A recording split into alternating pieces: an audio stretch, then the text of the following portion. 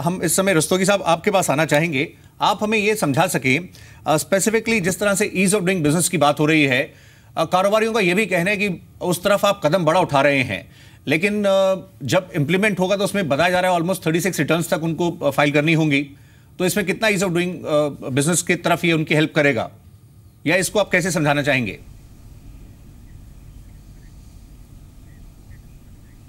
देखिए, आज भी जो भी कोई बिजनेसमैन है जो वीएटी पे करता है और एक्साइज ड्यूटी भी पे करता है, वीएटी के लिए वो हर स्टेट में रजिस्टर्ड है। आज वीएटी के लिए भी मंथली रिटर्न्स भी हैं, क्वार्टरली फाइलिंग्स भी हैं और एनुअल रिटर्न भी जाता है। सो ऐसा नहीं है कि आज हम कम रिटर्न्स फाइल करते हैं, मगर आप कॉम्प्लेक्सिटी को समझिए, क्योंकि कितने सारे टैक्सेस सब्स्यूम हो रहे हैं। Entertainment tax, entry tax, octroi, luxury tax and state VAT, CST etcetera, excise and service tax तो है ही। सो ऐसा नहीं है कि बहुत सारे रिटर्न्स बढ़ जाएंगी या बहुत सारा कंप्लायंस बढ़ जाएगा। अगर कोई भी बिजनेस बड़े ही सिस्टमैटिक एंड मेथोडिकल वे में अपने ट्रांजैक्शंस को प्लान करता है, तो वही डेटा है जो डिफरेंट रिपोर्टिंग्स होनी है, जिनकी place of provision of services या सप्लाई ऑफ गुड्स का प्लेस ऑफ प्रोविजन डिफरेंट होगा। उसके हिसाब से वो अपने रिटर्न्स को कंपाइल कर सकते हैं। केवल रिटर्न्स फाइल करने से मैं ये नहीं समझूंगा कि बहुत ज्यादा कुछ बर्डन पड़ रहा है। जीएसटी नेटवर्क के माध्यम से बहुत सारे रिटर्न्स सेंट्रली फाइल हो सकती हैं, बहुत सारे टैक्स पेमेंट्स सेंट्रली हो सकते हैं। तो ये गवर्नमेंट ने बहुत अच्छे इनिशिएटिव्स दिए हैं, गवर्नमेंट ने बहुत अच्छी सुविधाएं दी हैं। जीएसटी सर्विस प्रोवाइडर की सुविधा प्रोवाइडर की हमने बात करी, ऑफलाइन टूल्स की बात करी, सीधा जीएसटी नेटवर्क पे जाकर फाइलिंग की बात करी। तो ऐसी बहुत सारी सुविधा गवर्नमेंट ने दी हैं। तो मेरा आपके चैनल के माध्यम से व्यापारियों को यही बताना होगा कि इस जीएसटी से कोई भी व्यापारी डरे ना। जो भी ऑनेस्ट टैक्स पेयर है और जो अपने बिजनेस को बहुत ही मेथोडिकल वे में कैरी करेगा, उसको आने वाले टाइम में बहुत फायदा होगा और ऑनेस्ट बिजनेसमैन के लिए बहुत ही कॉम्पिटिटिव होगा और उसको बहुत ही फायदा होगा। राइट। निथानी साहब, आप यहां से आगे का रोड मैप किस तरह से देख रहे हैं और आप कोई सजेशन देना चाहेंगे कि इन पैरामीटर्स पर खास करके अब ध्यान थोड़ा केंद्रित करना चाहिए? देखिए, सबसे बड़ा अनसर्टेनिटी आज की तारीख में है वो है जो रेट्स और वो फाइनल रूल्स कब आएंगे। अभी अगला मीटिंग एम्पावर्ड कमेटी का है 18 या और 19 मई के बीच में। तो जब तक ये रूल्स और रेट्स आएंगे, you can imagine it is going to be around the end of May. अभी you want to bring this out by the 1st of June। There is going to be a challenge, there is going to be a race. So जितना जल्दी वो clarity rules और act में आए और rates में आए, वो सबके लिए सबसे अच्छा है। अगर आप जीएसटी 1 जून ले आए या 1 सितंबर ले आए, हर वक्त कोई ना कोई टीदिंग प्रॉब्लम्स तो रहेगा ही रहेगा। बट जहाँ तक लॉस का सवाल है, जितना जल्दी वो क्लियर हो जाए और सब लोग अपने सिस्टम्स को अलाइन कर ले, that will be easier and sooner the better. तो of course that is the first issue that we want to highlight, and this 1st July deadline is looming very close, so we need to get everything ready in terms of the laws and the acts as quickly as possible. Okay, प्रकाश साहब, आपका हम रुक कर रहे हैं, फिर और मेहमानों के पास जाएंगे। आप ये बताइए, ये जो डेटा आएगा आपके पास, कुछ इस तरह के भी कारोबारी सोच रहे हैं कि कितना सेफ होगा, कि कितना सिक्योर रहेगा आपके पास, क्योंकि वो आपके साथ सब कुछ शेयर करेंगे। उसकी सिक्योरिटी के बारे में आप बताइए, किस तरह की आपने तैयारियां की हैं? देखिए, हमें बिल्कुल हम वाकिफ़ हैं कि इनवॉइस लेवल डेटा हमारे पास आएगी, जो कि जिसमें कि उसकी रेट्स होगी और वो कॉम्पिटिटर्स के लिए बहुत ही वैल्यूबल होगा। तो हमें हर तरीके से जहाँ से डेटा आता है वहाँ से ले करके हम कैसे उसको स्टोर करते हैं, कैसे उसको प्रोसेस करते हैं, इसको हमने 3 भाग में बांट सकते हैं। एक जो हमारी सॉफ्टवेयर डेवलप हो रही है उसकी सिक्योरिटी, जो कोड्स बनती है उसकी, so that we are taking care of it. Second है हमारा जो फिजिकल इंफ्रास्ट्रक्चर, जो हमारे डेटा सेंटर्स हैं, उनको हम कैसे ये करें। और थर्ड है कि जो हमारा पूरा आईटी इंफ्रास्ट्रक्चर है, चाहे इसमें फायरवॉल्स की हो या और भी, हमने लेटेस्ट सारी सिक्योरिटी अप्लायंसेज इसमें लगाएंगे। नेक्स्ट आया कि जो हम कौन एक्सेस करेगा डेटा। जो टैक्स पेयर का डेटा सिर्फ टैक्स पेयर ही उसको डालेगा, उसको व्यूइंग की पावर सिर्फ उसके जो टैक्स ऑफिसर होगा उसकी होगी, दूसरे कोई उसमें से देख नहीं सकता, ना उसको ये कर सकता। ये फुल प्रूफ होगा आपके रेंज? जी हाँ, बिल्कुल। और भी हम टेक्निक्स इसमें यूज़ करते हैं। एक टेक्निक कहते हैं शार्डिंग, कि एक आदमी की एक डेटा को हम कई पीसेस में करके अलग अलग जगह रखते हैं। जैसे अगर कोई एक डेटा बेस एडमिनिस्ट्रेटर अगर चाहे कि हम निकाल सकें, जब तक वो 5 लोग एक साथ में मिलेंगे नहीं हो सकता। ये कितने समय तक आप इसको डेटा को सेफली अपने पास रखेंगे? हाँ, डेटा की जो रिक्वायरमेंट हमारे लॉ के अंदर है और हमें बताया गया है कि ये 3 साल की डेटा तो हम अपने मेन सर्वर्स पे रखेंगे और उसके बाद 4 साल तक और हमें इसको स्टोर करके रखना होगा कि आगे कभी इसकी कार्रवाई की जरूरत। तो टोटल 7 साल तक की इसकी डेटा की है। और फिर उसके बाद जो उसकी डिस्पोजल है उसकी भी प्रोसेस होती है कि कैसे इसको किया जाएगा जिससे कहीं डेटा किसी तरह से डिस्क्लोज नहीं हो। ओके, डालमिया साहब, आप हमें थोड़ा सा बताएं, ये हम देख रहे हैं ऑलमोस्ट 160 कंट्रीज में जीएसटी जिस तरह से इम्प्लीमेंटेड है, कई मॉडल्स को देखा गया और आखिरकार जो क्लासिक जीएसटी था शायद वो तो नहीं, लेकिन क्या इस तरह का जीएसटी आ रहा है जो इंडियन मॉडल में, जो हमारे यहाँ की जो सिनेरियो है उसमें ज़्यादा सूटेड है, उसके अकॉर्डिंगली लाया जा रहा है? इसको आप दूसरे देशों की तुलना में किस तरह से देखते हैं? देखिए, 2 चीज़ों पे मुझे आशंका है जो कि क्लैरिटी नहीं है। जैसे एक्सपोर्ट, जो एक्सपोर्टर है जो गुड्स बनाता है, आज उसको क्या है कि वो कोई टैक्स नहीं देता है और जो एक्साइज वगैरह कोई नहीं देता है। दूसरा, जो बाकी लोकल टैक्स वगैरह है उसका उसको एक सर्टेन परसेंटेज वो गवर्नमेंट ऑफ इंडिया की तरफ से मिल जाता है ताकि हमारा एक्सपोर्ट कॉम्पिटिटिव रहे।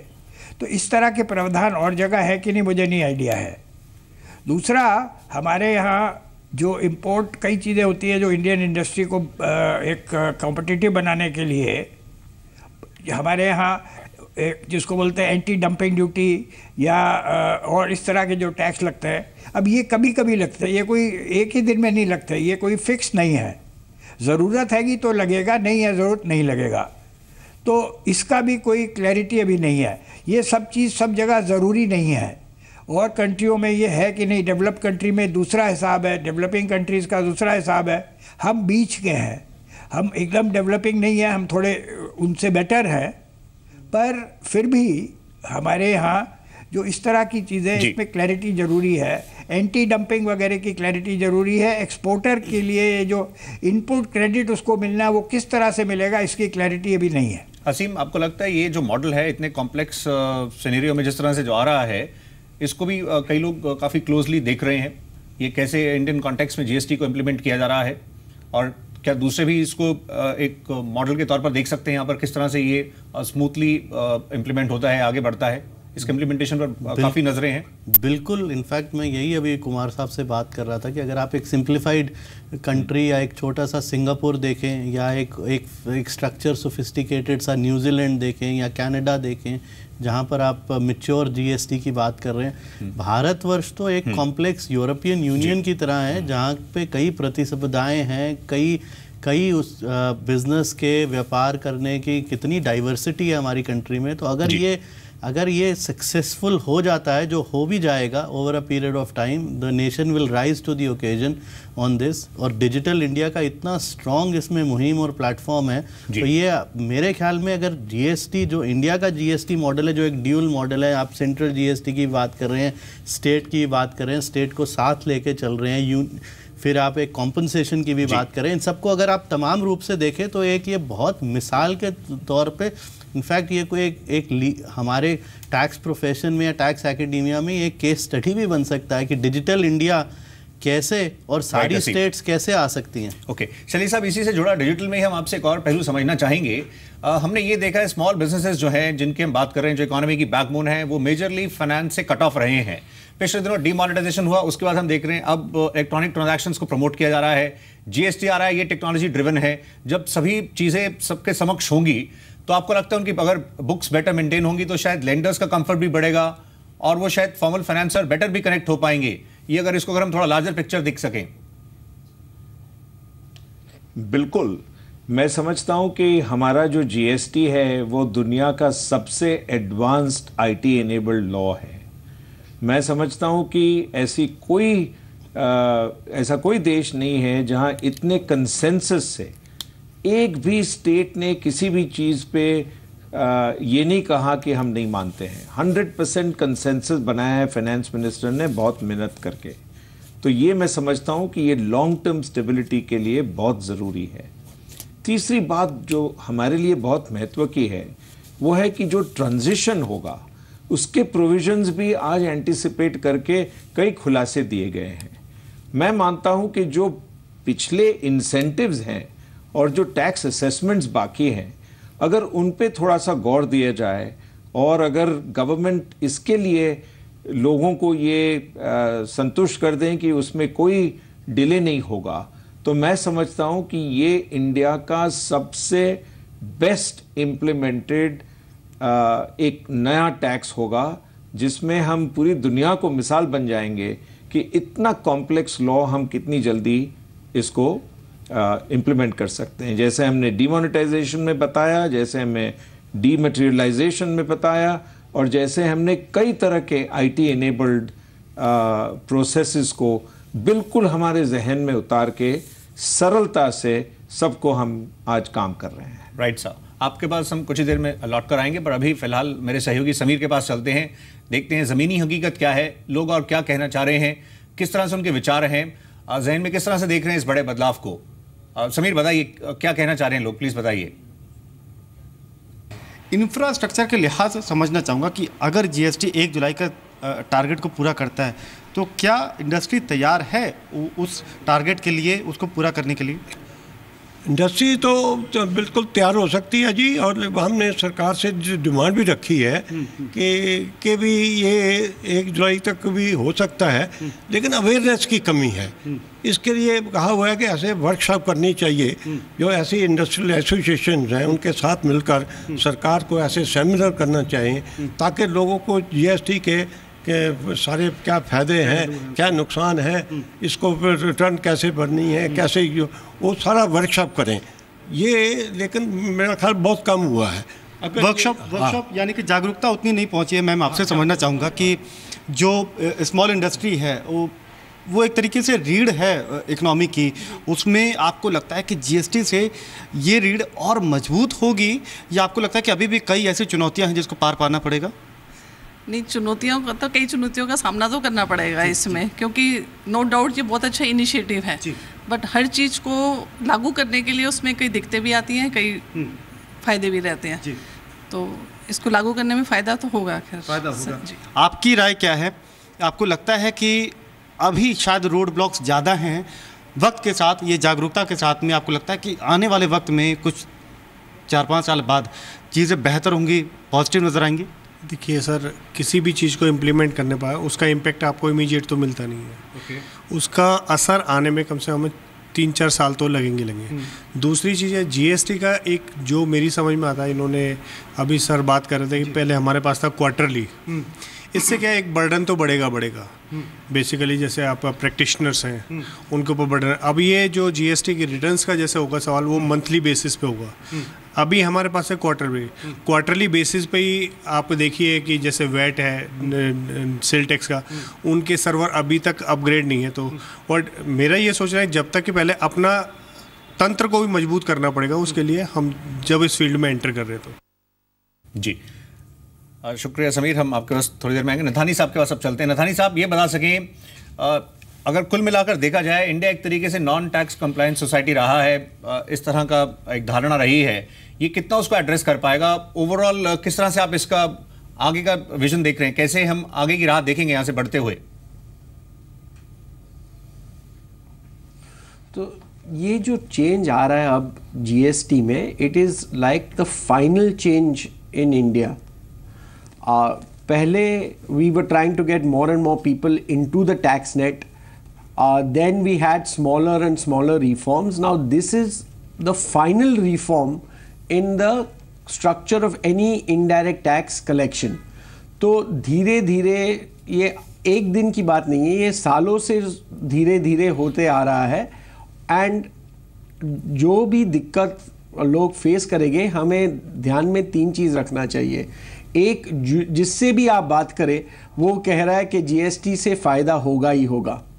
2, जो लोग सबसे प्रॉब्लमेटिक थे, जिनमें अग्रीमेंट लाना था, वो सब गवर्नमेंट्स थे, स्टेट गवर्नमेंट हो या म्यूनिसिपल कॉरपोरेशन हो या central government, they have agreed. And honestly I believe कि दुनिया में कोई भी दूसरा देश नहीं है which has the same sort of IT capability as India. So ये culmination से हमारा सब एक साथ में आ रहा है कि tax reform, IT and willingness of the people. तो I think better and better compliance. People are done with dealing with black money because it is creating more problems than benefit. जिससे भी हम बात करते हैं, they all want to lead a simpler, honest existence, and I think compliance will go up many-fold after the introduction of GST. Shailesh साहब, आप बता सकें, लॉजिस्टिक्स की जहां तक बात है, इंडिया में हायर साइड पर रहा है, दूसरे अगर हम कंट्रीज के कंपैरिजन में देखें, ये आगे चलते हुए आप, क्योंकि लॉजिस्टिक्स पर काफी बड़ा ये इसका इम्पैक्ट पड़ने वाला है, और पूरा कंट्री अगर कॉमन मार्केट होगा, गुड्स फ्रीली मूव करेंगे, और इंफ्रास्ट्रक्चर पर जिस तरह से स्पेंडिंग हो रही है, लॉजिस्टिक्स कॉस्ट के आगे चलते हुए कम होगी। पिछले 2 साल हमें सिर्फ कंप्लायंस विद द लॉ पे गौर देना चाहिए। उसके बाद हमको और जो फायदे हो सकते हैं फिजिकल लेवल पे, लॉजिस्टिक्स लेवल पे, कहाँ वेयरहाउसिंग कैपेबिलिटी तैयार करनी चाहिए, कहाँ मैन्युफैक्चरिंग करना चाहिए, ये सब चीज़ों पे हमको 2 साल के बाद गौर करना चाहिए।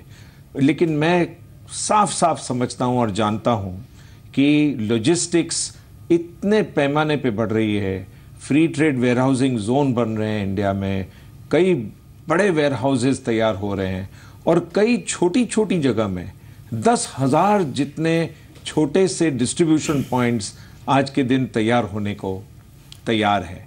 और मैं समझता हूं कि इनसे जो डिस्ट्रीब्यूशन बढ़ेगा और जो वन इंडिया इंडिया की जिसमें सब चीज़ मिलती हो सही दाम पे, वो मेरे ख्याल में जीएसटी से हमको फ़ायदा ये मिलेगा। राइट। असीम ये बता सकें, इसमें एक बड़ा चंक हम देख रहे हैं जो ट्रांसपोर्टेशन में असंगठित भी रहता है।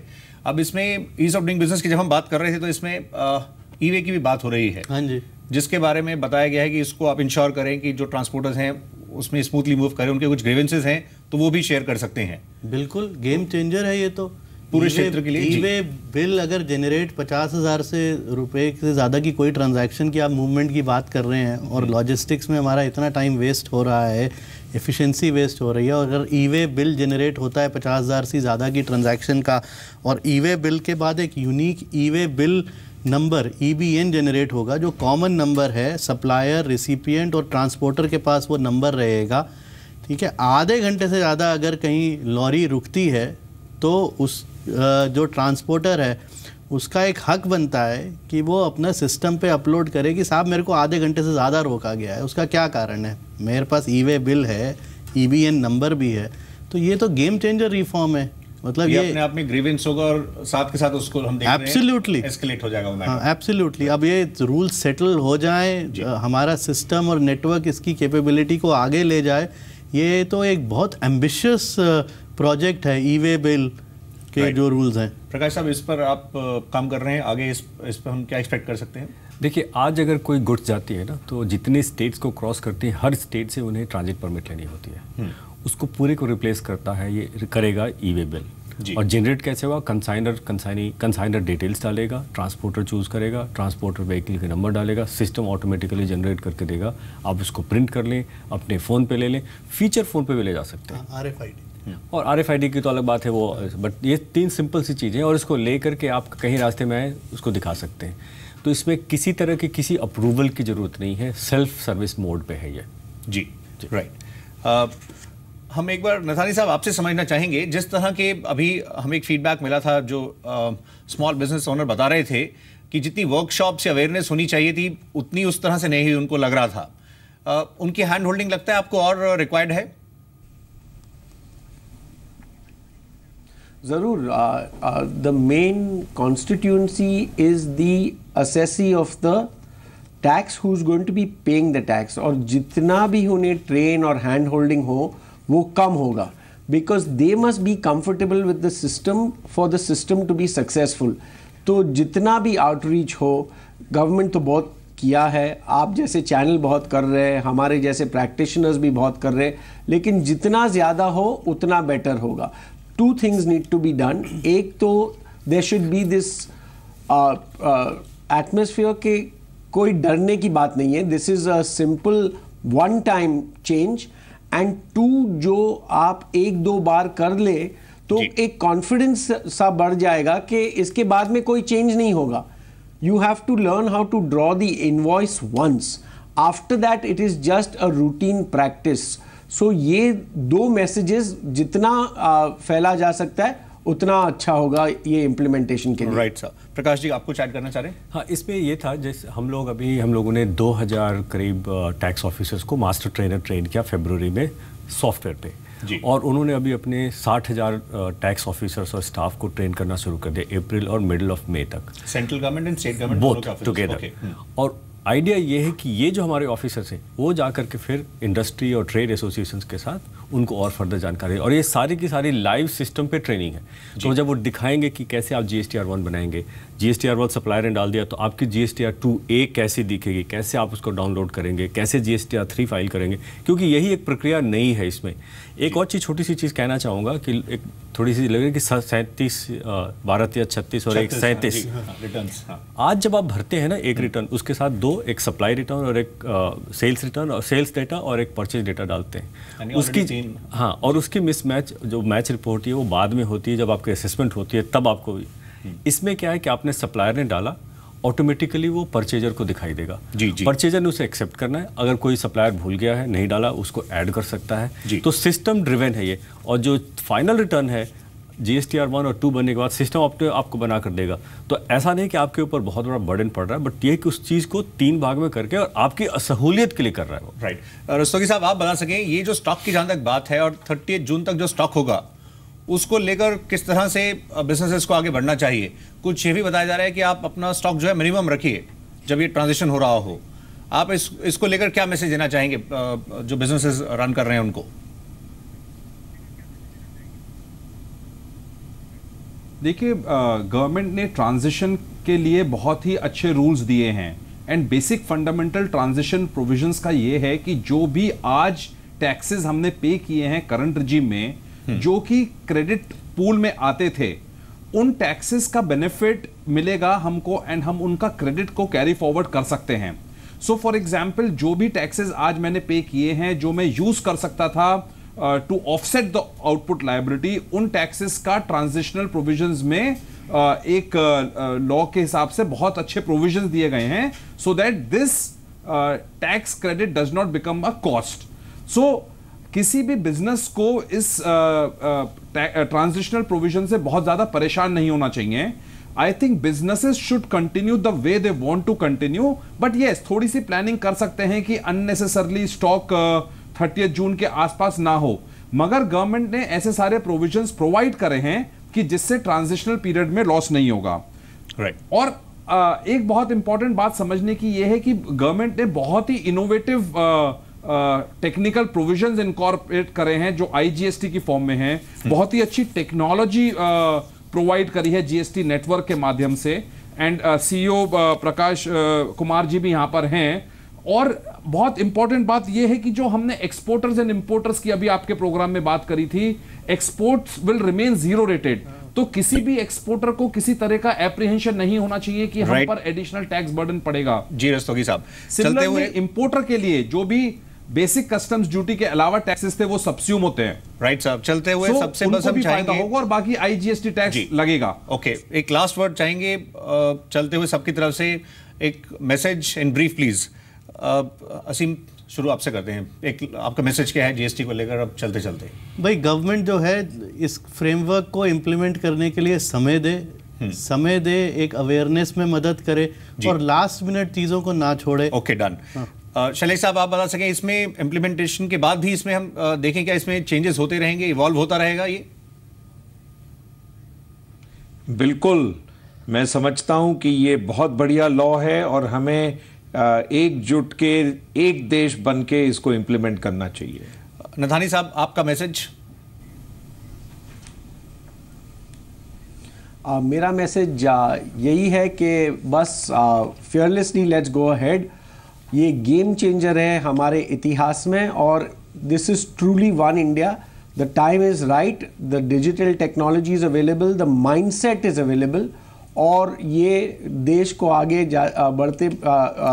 बढ़ाएगा और हम एक सुपर पावर की राह पे फर्मली एस्टैब्लिश हो जाएंगे। राइट। डालमिया साहब, लास्ट वर्ड प्लीज।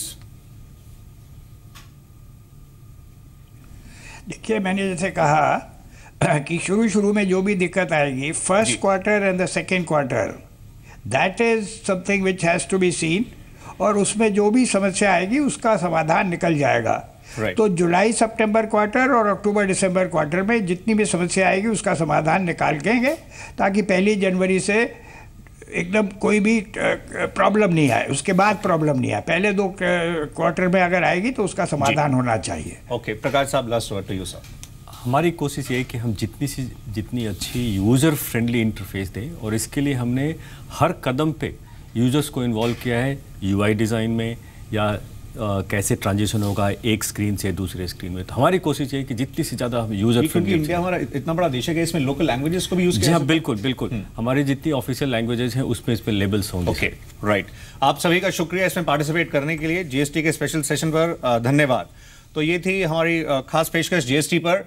इस पर हम आगे भी जो अपडेट्स होंगे वो आपके साथ शेयर करते रहेंगे, जो भी डेवलपमेंट्स होंगी। साथ ही हम आने वाले दिनों में आपका रुख करेंगे, आपके शहरों का, आपके क्लस्टर्स का, और आपकी पूरी इसमें हेल्प करने की कोशिश करेंगे इस बड़े बदलाव को लेकर अपने तमाम स्टेक होल्डर्स के साथ। फिलहाल अभी के लिए इतना ही। नमस्कार, गुड बाय। आप सभी का शुक्रिया, थैंक यू।